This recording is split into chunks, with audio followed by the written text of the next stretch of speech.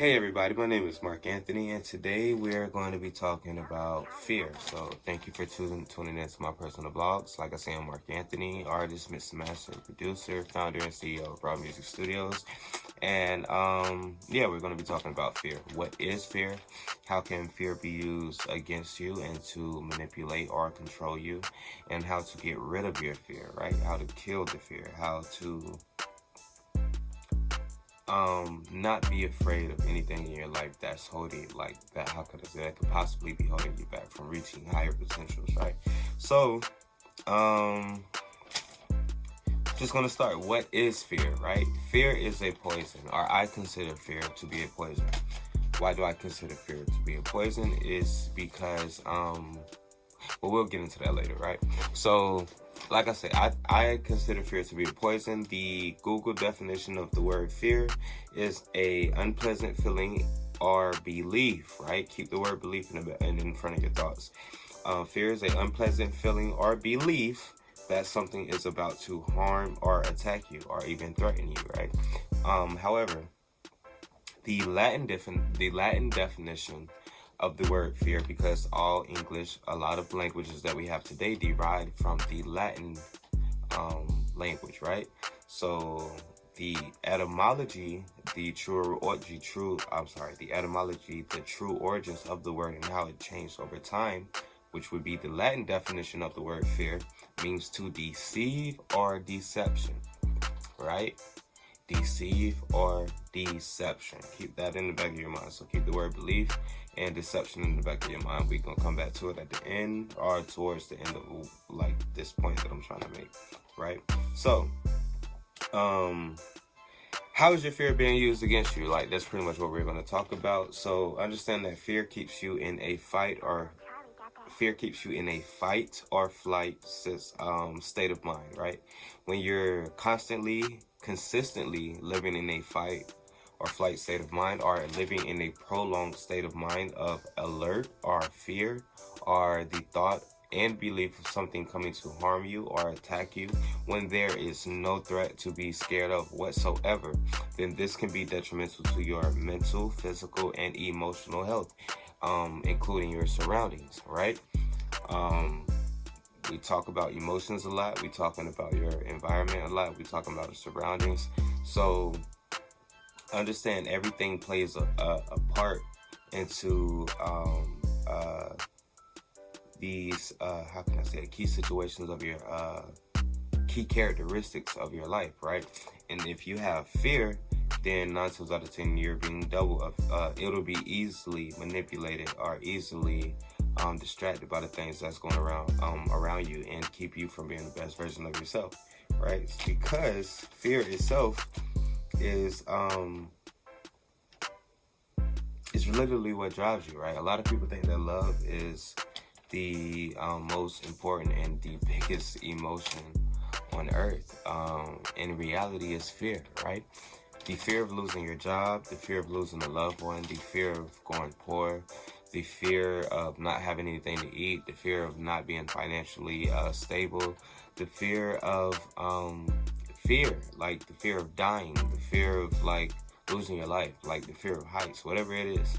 Fear is what literally drives you, right? If you wake up in the morning and you're late, the fear of losing your job will have you speeding through traffic.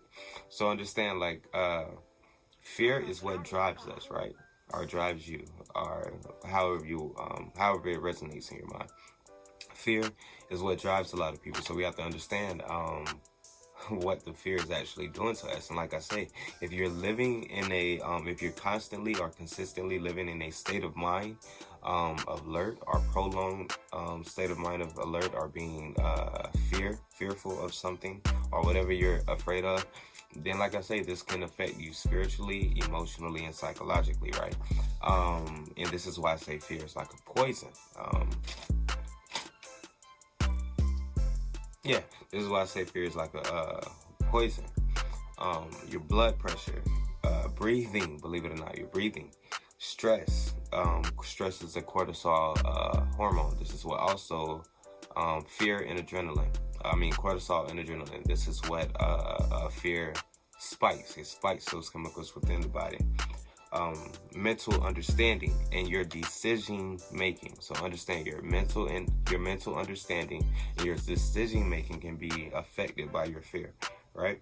So understand, if you don't understand your fear, then it can be used against you, right? There's this famous, well, I know him, I don't know if you guys know of him. There's this philosopher that goes by the name Phil Valentine, right? And he I was watching a teaching that he was doing, and he had an example of how lions, when a lion is chasing a deer or a gazelle, when a lion bites the deer or gazelle in the neck, right? The deer is fighting for its life.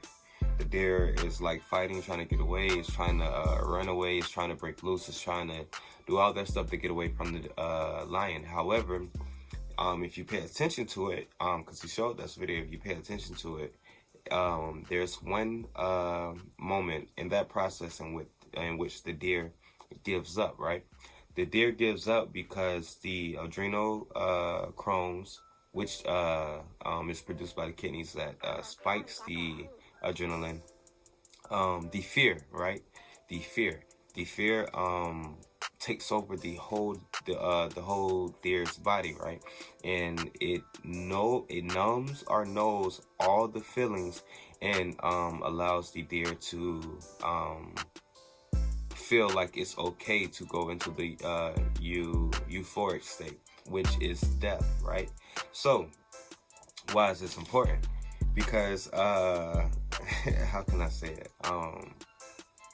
Using you for an example, right? If you're scared and if you're afraid and you don't and you don't run that fear out, you don't fight that fear out, that fear stays inside the body, right? And if it stays inside the body, you have to understand, like, the poison, like, this is why I said it's a poison. Those chemicals stay inside the body, and that fear goes to your brain, right? That poison goes to your brain. And literally shuts down your pineal gland, right? Your pineal gland is literally what controls reality and your perception of life. So if you allow fear to shut down your perception and your reality and your pineal gland, then it is easily enough for takings for your pineal gland to be hijacked, right? I'm laughing, but it's very important. Like, you really got to understand this, because it's serious, and we have been bamboozled. All these illusions, all these, everything that's been pushed into your face is possibly causing fear. Like, every year it's the same thing. Hurricane season, gas prices, natural disasters, Christmas, Black Friday, so it's a ongoing cycle. And let's say fear is energy, right? I'm gonna put it like this: fear is energy, right? Let's say I'm a demonic, evil person, right? And I feed off of negativity, right? I feed off of your fear, I feed off of your depression, and I feed off of your sadness, right? So metaphorically, if I'm chasing that negative energy that I can siphon from you in order to make me stronger, right? What I would plan to do is to have large amounts of people, right, under states of despair, whether it's depression, poverty, sickness, or whatever type of disaster or extremities they don't want to happen in their life, right? I would have these people under this large amount of people under my goal would be the whole world, right? I would have a large amount of people under states of despair, because if they're constantly under states of despair, 1, they can be controlled. 2, they would do whatever I say. 3, they would be constantly in a fight or flight system, so they will always seek help, guidance, or authority, right?